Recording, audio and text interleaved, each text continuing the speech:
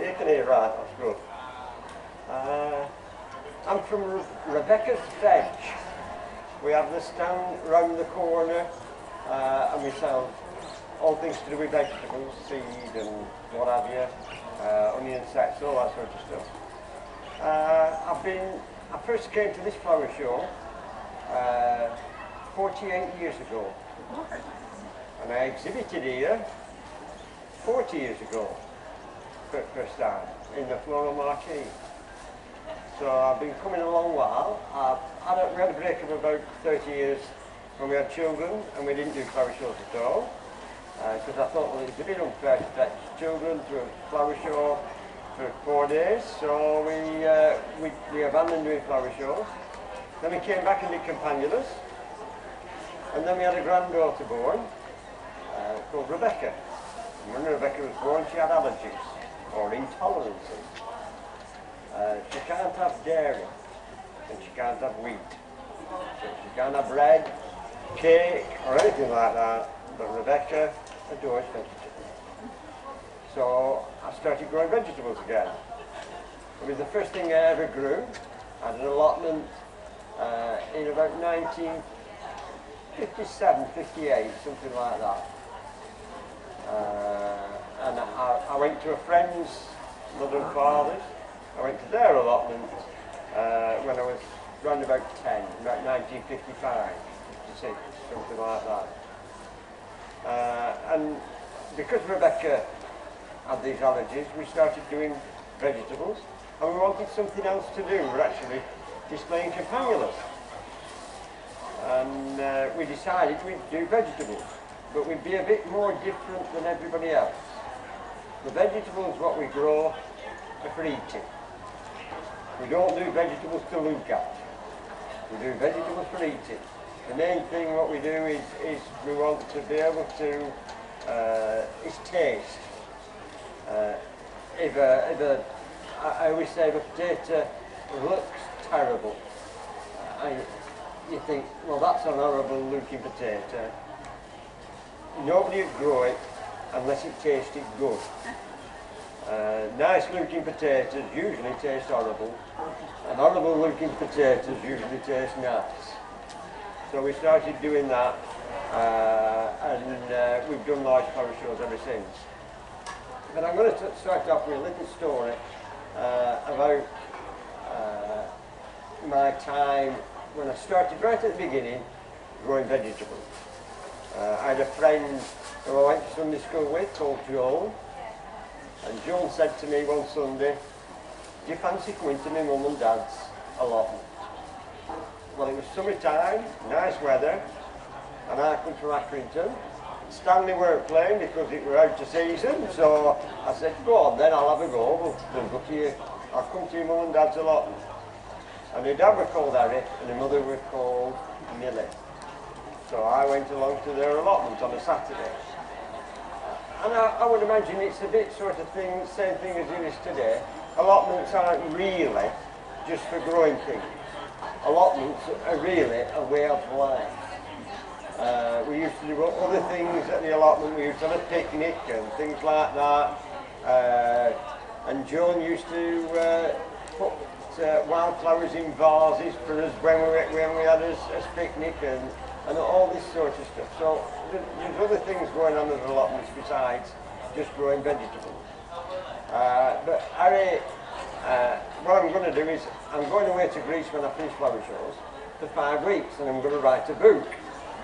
And the book is about tales from an allotment, the stories thing. And I did 2 yesterday. Did anybody hear me yesterday? Oh, there you are. I can do some of yesterday's as well. But what I'm going to tell you about is this one's called Harry's composting. Harry had 3 compostings, and he used to collect stuff for his composting. And Harry thought that composting was marvellous. And I went along to Harry's allotment, and I said to him, why do you have 3? Why do you have compost heaps and why do you have 3? He said, well, he said, I have 3 compost heaps. One is for the compost that I'm making, that I'm getting. The other one's rotting down, And the third one is already rotting. And he said there's 3 reasons for having a composting. The first one is you get rid of all your rubbish. You put all the stuff that's all the weeds, all the annual weeds on your compost heap. You put your cabbage leaves on your on your compost heap. You put everything else. He said, and I get some horse milk. He said, our milkman, Mr. Jackson, has a milk floor, what he calls the horse. He says, and when it gets to the top of Old Street, and he stops it there, and it's gone all the way uphill, it tends to drop something behind it. He said, and I go along at morning at 6:30 with my shovel and my bucket, and I fill it up. And at the end of the week, I have a big bucket full of horse manure. He said, and that goes on my compost heap, and that helps to rot all the cabbages down. And I have a pile of soil next to my compost heap, and I put a load of soil on, and then we start again. And he built it all the way up. He said, and it makes absolutely wonderful compost. He said, and then in the winter time, when I'm going to put my potatoes, I dig a big trench out at the top of my allotment, and I work my way down, digging it over. I take that big trench and put that big trench full of soil with my barrow next to my compost heap, because I'm going to use that compost heap, and I dig it all the way up, and I bury that compost heap. So it makes really good stuff. It has all worms in what break the soil, and wonderful. And I said, but Harry, he said, what do you mean, but Harry? I said, but Harry, that's only 2 reasons for having a compost heap. What's the third? He said, the third reason for having a compost heap is I grow my horseradish on top. He said, and I really love horseradish. He said, I said, what's horseradish? He said, that thing up top of my compost heap. I said, I thought that were a dog. I thought that were if Joan got stung with a nettle with something to rub on. He said, oh no, he said, that's my horseradish. He said, and what I do is, I grow that on top of my compost heap, and then in winter time, when I'm digging that in, I take that horseradish out, as I work down, take all the root out, he said, and then I take it home and mill it, makes horseradish sauce. He said, because, he said, I love roast beef on a Sunday. He said, and we always have roast beef. He said, if I have my choice, which I don't always, he said, because Millie likes silvertide, but I always like brisket. He said, I love brisket, and it has to go with horseradish.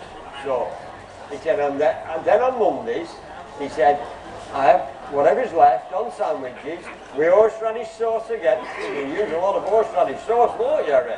He said, I certainly do. He said, that's why we have to have a big plant of horseradish.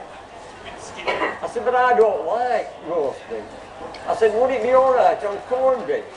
No, he said, you want Millie's or roast beef? He said, melts in your mouth. I said, well, if we're coming up on a Monday night, can you fetch me a sandwich with horseradish on?